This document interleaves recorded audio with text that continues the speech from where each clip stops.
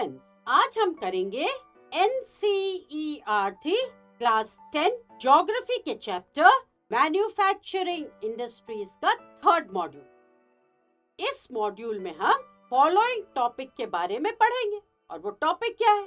वो टॉपिक है contribution of industry to national economy. मतलब इंडस्ट्री का जो कंट्रीब्यूशन है वो क्या है टू आवर नेशनल इकोनॉमी। तो अबव मेंशन टॉपिक में हम समझेंगे about the contribution of the industries to our national economy. चलते हैं और शुरू करते हैं आज का मॉड्यूल। इससे पहले कि हम ये डिस्कस करें कि contribution of industry to national economy क्या है और कितनी है, हम एक ब्रीफ डिस्कशन करेंगे अबाउट द जीडीपी। इसके बारे में जीडीपी। तो हमें ये लगता है कि इस टर्म से आप लोग फेमिलियर जरूर होंगे, क्योंकि जब हम इकोनॉमी की बात करते हैं तो वहाँ पे जीडीपी की चर्चा जरूर होती है। GDP is always mentioned. तो ये जीडीपी है क्या? जीडीपी होता है ग्रॉस डोमेस्टिक प्रोडक्ट। क्या होता है बताना? ग्रॉस डोमेस्टिक प्रोडक्ट, जो मेजर करता है किसी भी कंट्री की इकोनॉमिक एक्टिविटी की वैल्यू को। यानी it measures the value of economic activity with in a country. अब ये इकोनॉमिक एक्टिविटी है क्या? आइए हम इसे एक सिंपल तरीके से समझते हैं।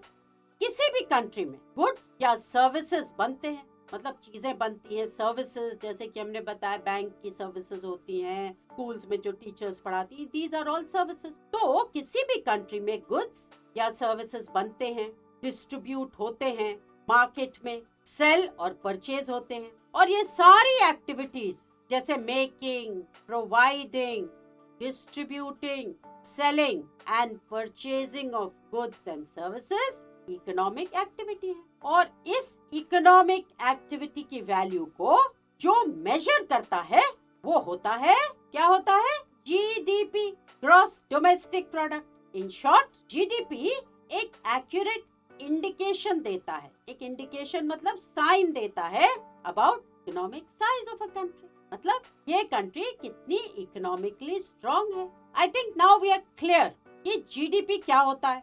अब हम फोकस करते हैं अपने मेन टॉपिक पर। तो हम ये तो जानते हैं कि इंडस्ट्रीज किसी भी कंट्री की इकोनॉमी में एक सिग्निफिकेंट रोल प्ले करती, यानी इंडस्ट्रीज कंट्री के जीडीपी में इन अ बिग वे कंट्रीब्यूट करती, isn't it? क्योंकि जीडीपी क्या हुआ? वो जो इकोनॉमिक एक्टिविटीज हैं उनकी वैल्यू को जो मेजर करता है वो होता है जीडीपी। तो ये देखो कि इंडस्ट्रीज किसी भी कंट्री की इकोनॉमी में बहुत इंपॉर्टेंट रोल प्ले करती हैं, यानी इंडस्ट्रीज कंट्री के जीडीपी में इन अ बिग वे कंट्रीब्यूट करती, isn't it? इंडिया के कॉन्टेक्स्ट में अगर हम इंडस्ट्रीज के कंट्रीब्यूशन की बात करें तो वी सी दैट इंडस्ट्रीज का contribution in the GDP of the country about 27%। Industries का कंट्रीब्यूशन कितना है जीडीपी ऑफ द कंट्री में? 27%। अब इस 27% का एक ब्रेकअप समझते हैं। तो आउट ऑफ दिस 27%, 10% में आती है industries like mining, quarrying, electricity, gas. ये सब हो गई 10%। तो बचे कितना परसेंट बचा? हाँ, रिमेनिंग 17% में मैन्युफैक्चरिंग इंडस्ट्रीज आती है। और लास्ट 20 इयर्स में मैन्युफैक्चरिंग इंडस्ट्रीज सेक्टर का share to the GDP stagnant, यानी ठहरा हुआ है। मतलब बिल्कुल बढ़ भी नहीं रहा है और घट भी नहीं रहा है। तो ये देखो कि इंडस्ट्रीज किसी भी कंट्री की इकोनॉमी में एक बहुत इंपॉर्टेंट रोल प्ले करती है। मतलब इंडस्ट्रीज कंट्री के जीडीपी में इन अ बिग वे कंट्रीब्यूट करती हैं। अगर हम इंडिया की बात करते हैं तो क्या है? इंडस्ट्रीज का जो कंट्रीब्यूशन है वो है to the GDP of the country about 27%। सारी इंडस्ट्रीज की बात कर रहे हैं हम, सिर्फ मैन्युफैक्चरिंग इंडस्ट्रीज की बात नहीं कर रहे हैं। तो इन 27% में 10% जो है वो है माइनिंग, क्वारी, इलेक्ट्रिसिटी, गैस। 10% तो ये निकल गई। अब बचा 17%। इसमें आती है मैन्युफैक्चरिंग इंडस्ट्रीज जैसे सीमेंट, आयरन एंड स्टील। ये सब हो गई हमारी मैन्युफैक्चरिंग इंडस्ट्रीज। इसमें टेक्सटाइल, सिल्क सब कुछ आता है। तो 10% आता है from mining, quarrying, electricity, gas, इस तरह की इंडस्ट्रीज से। और बचा हुआ आता है 17% from actually the manufacturing industry. तो लास्ट 20 इयर्स में मैन्युफैक्चरिंग इंडस्ट्री सेक्टर का शेयर टू द जीडीपी 17% ही रहा है, न बढ़ा है न घटा है, इट इज स्टैग्नेंट। अगर हम इस स्टैटिस्टिक्स को कंपेयर करते हैं दूसरी countries, for example East Asian countries की इकोनॉमी से, तो we see that it is much lower. क्यों? क्योंकि इन कंट्रीज में contribution to the economy is 20 to 35% और हमारी कंट्री में कितना हुआ? 17%। तो बताओ हाई हुआ कि लो? लो हुआ ना। तो अगर हम दूसरी कंट्री से कंपेयर करते हैं तो मैन्युफैक्चरिंग इंडस्ट्री का जो शेयर है the GDP of the country वो बहुत कम है, क्योंकि और कंट्रीज में इट इज ऑलमोस्ट 25 to 35% और हमारी कंट्री में है 17%, तो बहुत ही लो। अगर हम trend in growth rate of manufacturing sector की बात करें तो लास्ट 10 इयर्स में ग्रोथ रेट राउंड 7% रहा है एनुअली, यानी हर साल ग्रोथ रेट 7% रहा है। Now let us look at the desired growth rate for the next 10 years, मतलब हम कितनी ग्रोथ चाहते हैं उस पर एक नजर डालते हैं। ग्रोथ रेट हमारे यहाँ 7% है एक साल में, मगर हम कितनी चाहते हैं फॉर द नेक्स्ट 10 इयर्स, इसको हम समझते हैं। तो नेक्स्ट 10 इयर्स की डिजायर्ड ग्रोथ है, मतलब वो ग्रोथ जो कि हम चाहते हैं वो है 12%, यानी नेक्स्ट 10 इयर्स में ये एक्सपेक्ट किया जा रहा है कि ग्रोथ 12% होगी इंस्टेड ऑफ 7% जो होती है। ईयर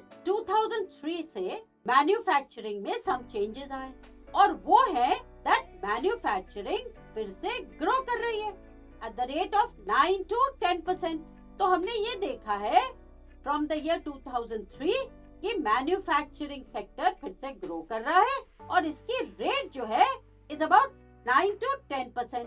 तो ये चेंज या ग्रोथ, इसकी क्या वजह हो सकती है? जो हमने ग्रोथ देखी है मैन्युफैक्चरिंग इंडस्ट्रीज में, तो इसकी वजह क्या हो सकती है? ये तो सोचने वाली बात है। तो पहला तो ये है कि गवर्नमेंट की policies and regulations industrial growth के लिए फेवरेबल है।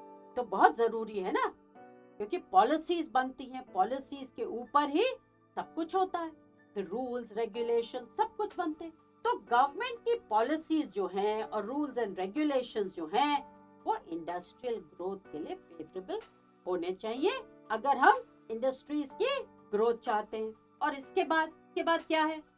इसके बाद मतलब दूसरा कि इंडस्ट्रीज पूरी कोशिश करें और वो हर एफर्ट करे टू इम्प्रूव इट्स प्रोडक्टिविटी। तो पहले तो पॉलिसीज और रेगुलेशंस गवर्नमेंट के इतने अच्छे होने चाहिए कि इंडस्ट्रीज को एक बूस्ट मिले, एनकरेजमेंट मिले और वो ग्रो करें। और दूसरा क्या हो सकता है? दूसरा है कि इंडस्ट्रीज को अपनी कोशिश भी करनी चाहिए ताकि उनकी प्रोडक्टिविटी बढ़े। इकोनॉमिस्ट ये मानते हैं कि अगर ये दो फैक्टर्स यानी गवर्नमेंट की फेवरेबल पॉलिसीज और इंडस्ट्रीज के effort to improve its productivity जारी रहे तो मैन्युफैक्चरिंग अपनी टारगेट अचीव कर सकता है ओवर द नेक्स्ट डेकेड। और इसी ऑब्जेक्टिव को ध्यान में रखते हुए नेशनल मैन्युफैक्चरिंग कॉम्पिटिटिवनेस काउंसिल को सेटअप किया गया था to work for the growth and sustenance of the manufacturing industries. तो ये देखा आपने कि contribution of industry to national economy क्या है। आइए अब करते एक छोटा सा रिकैप। इंडस्ट्रीज की contribution in the GDP of the country about 27%. Out of this 27%, 10% में आता है industries like mining, quarrying, electricity, gas. अब बचता कितना है? 17%. तो remaining 17% manufacturing industries है. 10% क्या है?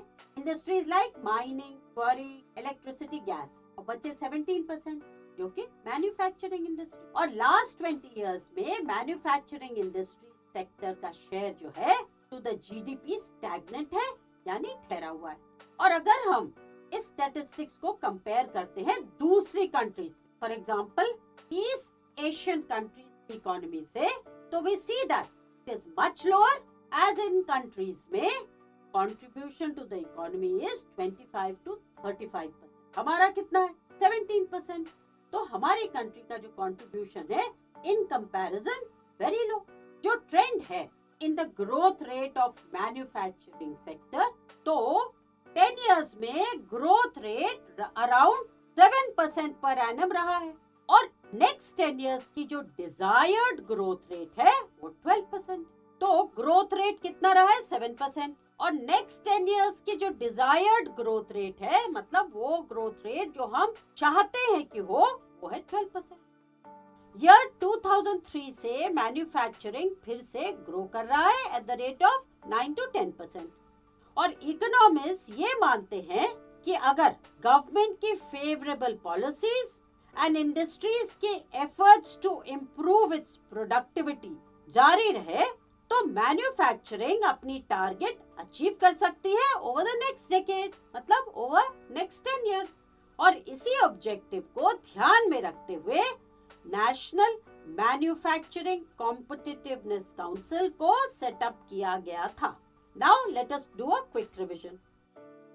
Over the last 2 decades, the share of manufacturing sector has stagnated at 17% of GDP out of a total of 27% for the industry, which includes 10% for mining, quarrying, electricity and gas.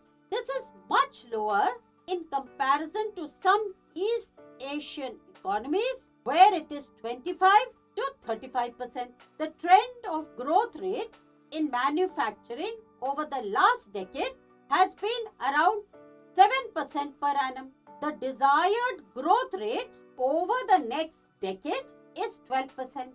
Since 2003, manufacturing is once again growing at the rate of 9 to 10% per annum, with appropriate policy interventions by the government and renewed efforts by the industry to improve productivity. Economists predict that manufacturing can achieve its target over the next decade. The National Manufacturing Competitiveness Council was set up with this objective. तो अब यह module यही खत्म होता है, और हमने इस मॉड्यूल के सारे इंपॉर्टेंट पॉइंट्स को बहुत अच्छे से समझा है और उनका रिवीजन भी करा है। तो अब इस मॉड्यूल पर बेस्ड कोई भी क्वेश्चन आप बहुत आसानी से आंसर कर सकते हैं। तो चलते हैं क्वेश्चंस की ओर।